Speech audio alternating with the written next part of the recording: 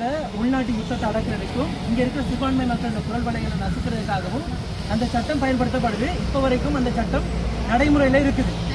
இதனை தொடர்ந்து 2018, 2021, 2024 ஆகிய காலப்பகுதிகளில் சிடிஏ, ஏடிஆர் போன்ற புதிய சட்ட மூலங்கள் கொண்டு வராங்க. அதாவது பயங்கரவாத எதிர்ப்பு சட்டம், பயங்கரவாத தடுப்பு சட்டம் ஒன்று. இது வந்து முழுமையாக இந்த சட்டத்தை இன்னும் அதிக சட்ட வல்லமையோட இன்னும் நாட்டில் அதிகமாக வச்சிருக்கணும் என்று சொல்லி தான் இந்த சட்டங்களை கொண்டு வந்தது. அந்த நேரங்கள்லையும் நம்மளை மாதிரி சிவில் அமைப்புகள், பொதுமக்கள்லாம் இணைந்து அந்த சட்டம் கொண்டு வந்தால் இலங்கையில் ஜனநாயகம் இருக்கிறதே கேள்விக்குறியாகும் என்ற அடிப்படையில் அந்த சட்டங்களை பலமுறை நம்ம எதிர்த்து அடிப்படையில் சட்டங்கள் வந்து சட்டமல்ல சட்ட வரைவுகள் மீள பெறப்பட்டது.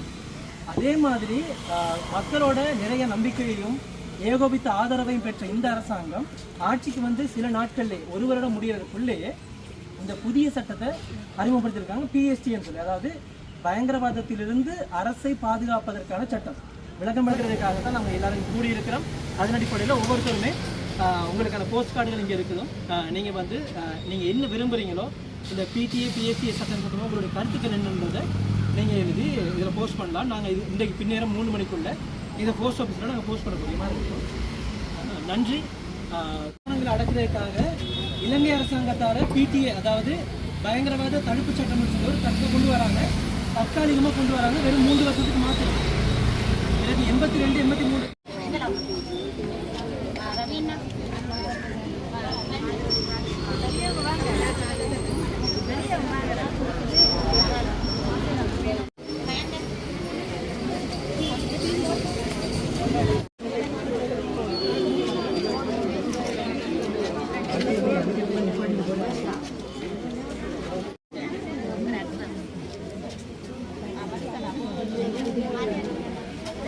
அடுத்த தடவை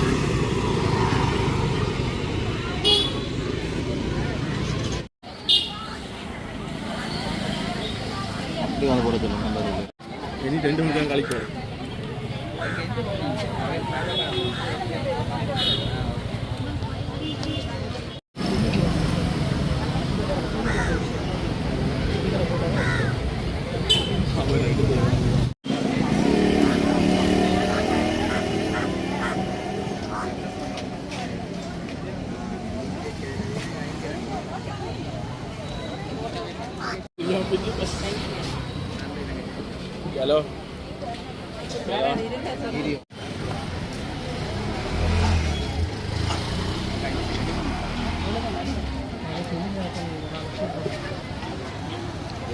பல்கலைக்கழக மாணவர்கள் என்ன சொல்லுங்கள் மாணவர்கள் பண்ணலாம் வேறு வந்து இவங்க ஆசிரியர்கள் ஊழியர் செய்வாங்க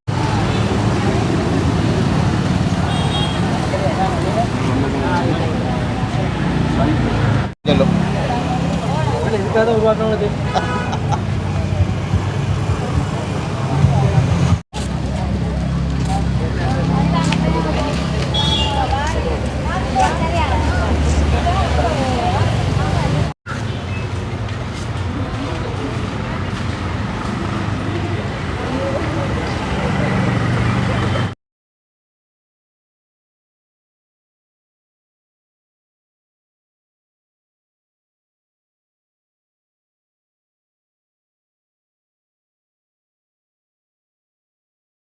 பெயர் கனகசூரியன் கவிதரன், கலைப்பிட மாணவ ஒன்றிய ஊடக பேச்சாளர்.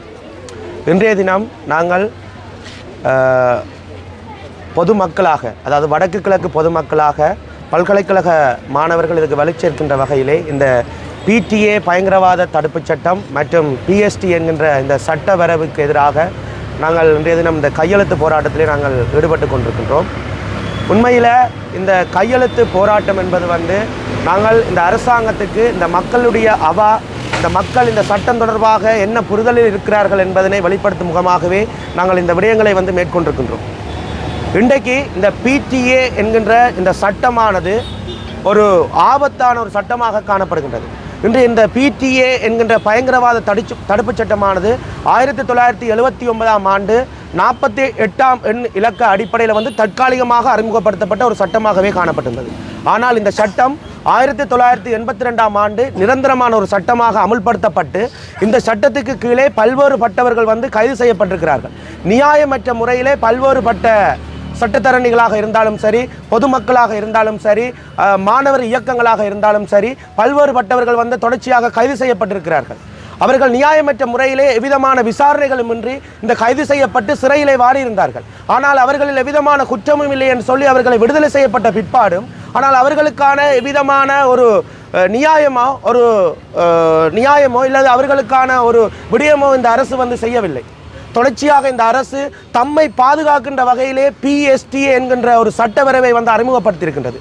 தேர்தலிலே, அதாவது 2024ஆம் ஆண்டு ஜனாதிபதி பொதுத் தேர்தலிலே இந்த அரசானது தன்னுடைய 129ஆம் பக்கத்திலே, அதாவது தேர்தல் விஞ்ஞாபனத்தில் நாங்கள் பயங்கரவாத தடுப்புச் சட்டத்துக்கு உட்பட்ட அனைத்து விதமான சட்டங்களையும் நாங்கள் நிராகரிப்போம் என கூறியிருந்தது. ஆனால் எங்கு நிராகரிச்சிருந்தது? இந்த அரசாங்கம் இந்த ஆட்சிக்கு தம்மை பாதுகாக்கின்ற புதிய PST என்கின்ற சட்டத்தை தான் அமல்படுத்த போகின்றதுன்னு சொல்லி இந்த சட்டவரவை அறிமுகப்படுத்துகின்றது. நான் ஒன்றை மட்டும் இந்த அரசாங்கத்திடம் கேட்கின்றேன். மக்கள் உங்களை தெரிவு செய்தது உங்களை பாதுகாப்பதற்காகவா? நாங்கள் இந்த இடத்தில் நாங்கள் கேட்கின்றோம். மக்கள் உங்களை தெரிவு செய்தது மக்களுடைய நலனுக்காக. ஒரு புதிய அரசாங்கம் வந்தால் பழையவர்களை வீட்டுக்கு அனுப்பிவிட்டு புதியவர்கள் வந்தால் எமக்காக போராடுவார்கள், எம்முடைய விடயத்தை கருத்தில் கொள்வார்கள், அதை சர்வதேச ரீதியாக கொண்டு போவார்கள் சொல்லி மக்கள் விழித்திருந்தார்கள். மக்கள் அதை சிந்தித்து ஒரு புதிய ஒரு தலைமைத்துவத்தை தேர்ந்தெடுத்திருந்தார்கள். ஆனால் இன்று இந்த அரசாங்கம் என்ன செய்கின்றது? இந்த அரசாங்கம் என்ன செய்கின்றது? புதிதாக அரசை பாதுகாக்கின்ற வகையில் புதிய சட்டங்களை அமல்படுத்துகின்றது. அண்மையில் கூட வல்வெட்டித்துறையினுடைய போலீஸ் OAC சொல்லியிருக்கிறார், சாந்தண்ணாவினுடைய அந்த பதாதை அந்த இடத்தில் இருந்தால் அவருக்கு எதிராக, அதாவது அவருடைய சகோதரனுக்கு எதிராக நாங்கள் பயங்கரவாத வழக்கினை நாங்கள் தொடருவோம் என்று சொல்லி தடை சட்டத்தின் கீழ் வழக்கினை தொடருவோம் என கூறியிருந்தார்.